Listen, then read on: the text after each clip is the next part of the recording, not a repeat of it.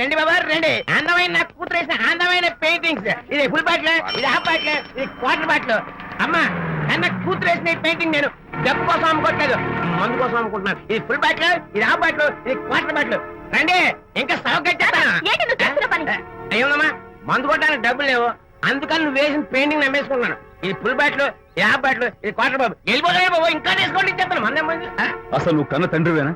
కూతురు మంచి రోజు చూస్తుంది పోయి నీకు డబ్బు అవసరం చూడాలా ఇంటికి వచ్చి గోల్ చేస్తావా? పైగా తనేసిన పెయింటింగ్స్ నీ తౌడు కోసం అమ్మాని చూస్తావా? నా కూతురు పెయింటింగ్స్ నా ఇష్టం. పెయింటింగ్స్ ఏంటి అవసరమైతే కూతురు నమ్మేస్తాను. మంచి బేరం ఉంటుంది చూడు. అమ్మా అమ్మా ఎందుకు ఏడుస్తున్నావు అమ్మా? చచ్చిపోయిన మీ అమ్మ గుర్తొచ్చిందా?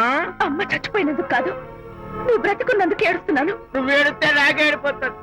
ముందు ఆ దుఃఖాన్ని తట్టుకోనండి. నేను మందు కొట్టే 100 కొన్ని 70 కొన్ని 50 కానీ 25 అమ్మ కళ్ళలాగా చెప్తాను. సిగ్గులేని జన్మ. సిగ్గులేదు తిట్టినా పర్వాలేదు, వెగుకు సొమ్మిచ్చాడు. Is a great man.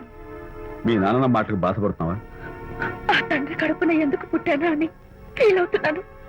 అది ఎప్పుడు ఉండేదే కదా. డోంట్ వరీ, నువ్వు లోపలికి వెళ్ళి రిలాక్స్ అవ్వు. కమాన్ కదా, నేను బయలుదేరుతాను. Excuse me sir. క్షమించాలా?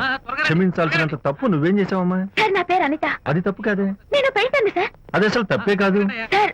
రేపు జరగబోయే ఆర్ట్ ఎగ్జిబిషన్ లో నా పెయింటింగ్స్ కూడా ఎగ్జిబిట్ చేయాలనుకుంటున్నాను సార్. ఇది ఖచ్చితమైన తప్పు.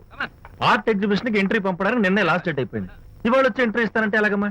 ఫర్ యువర్ ఇన్ఫర్మేషన్, ఈ కాంపిటీషన్ లో చాలా పెద్ద పెద్ద ఆర్టిస్టులు పార్టిసిపేట్ చేస్తున్నారు. ఈసారికి వాళ్ళని చూసి ఎలా వేయాలో నేర్చుకో. నెక్స్ట్ టైం పార్టిసిపేట్ చేయొద్దు కానీ.